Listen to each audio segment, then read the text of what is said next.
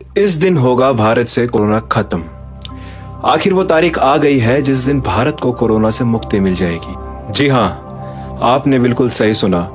भारत से कोरोना के समाप्त होने की तारीख आ चुकी और ये अपने आप में बहुत बड़ी खबर है। एक रिसर्च के अनुसार ये अनुमान लगा लिया गया है कि भारत कब कोरोना मुक्त हो जाएगा और हाल ही की WHO की एक रिपोर्ट के अनुसार 31 जुलाई तक यह केसेस अपनी चरम सीमा पर होंगे और उसके बाद लगातार घटने शुरू होंगे।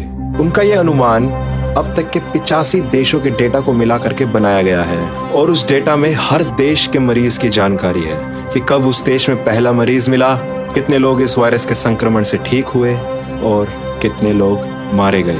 उनका ये सारा डेटा एक आर्टिफिशियल इंटेलिजेंस के आधार पर आधारित है, यानी कि एक ऐसा कंप्यूटर प्रोग्राम जिसके अंदर आर्टिफिशियल इंटेलिजेंस हो जो ये सारे डेटा को एक साथ इंटरप्रेट करके, उसका एनालिसिस करके, उसका आंकलन करके एक प्रेडिक्शन जारी करे।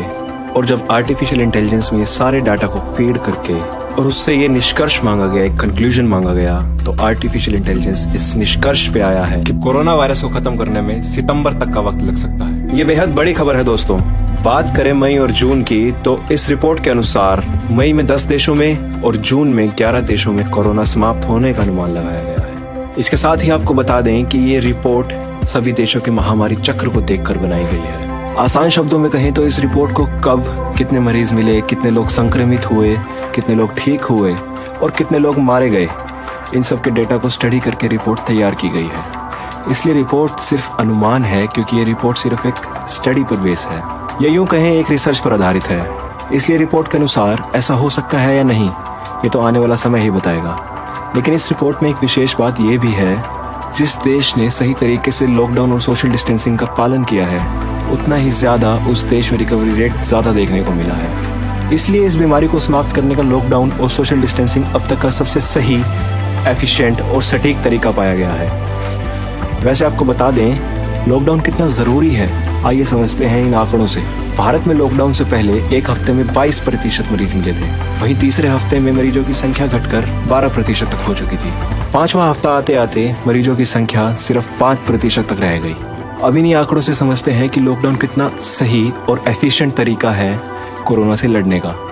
भारत में सही समय पर लॉकडाउन लगा दिया गया था, इसलिए अगर पूरी दुनिया के आंकड़ों से तुलना करें तो भारत में सिर्फ कोरोना के मरीज 4% की दर से बढ़ रहे हैं। वहीं अमेरिका में 18% की तेजी से बढ़ रहे हैं और सबसे ज्यादा ब्रिटेन में 28% के हिसाब से नए मरीज पाए जा रहे हैं। और इसी हिसाब से भारत अभी बहुत सुरक्षित स्थान पर बैठा है। लेकिन अगर सोशल डिस्टेंसिंग और लॉकडाउन का पालन सही तरीके से नहीं किया गया तो ये आंकड़े बहुत जल्दी ही बढ़ सकते हैं। भारत ने कोरोना के मरीजों के हिसाब से देश के जिलों को 3 स्टेजों में बांटा है। Stage 1 red zone, stage 2 orange zone and stage 3 green zone. हालांकि अनुमान यही लगाया जा रहा है कि रेड जोन के क्षेत्र में अभी लॉकडाउन खुलने की कोई संभावना नहीं है। ऑरेंज और ग्रीन जोन में कुछ शर्तों के हिसाब से कहीं कहीं छूट मिल सकती है। और यही एक सवाल उठता है कि क्या लॉकडाउन को 31 मई के बाद भी बढ़ा देना चाहिए? आपका क्या मानना है कमेंट सेक्शन में जरूर लिखिए और अपना सुझाव लिखिए कि अगर लॉकडाउन बढ़ना चाहिए तो किन किन चीजों में रियायतें मिलनी चाहिए, किन किन चीजों को खोलने की अनुमति मिलनी चाहिए और आर्थिक स्थिति को बेहतर बनाने के लिए क्या क्या स्टेप्स लिए जा सकते हैं इस लॉकडाउन में बिना बीमारी को ज्यादा फैलाए। आपके सुझाव शायद सरकार तक पहुंच जाएं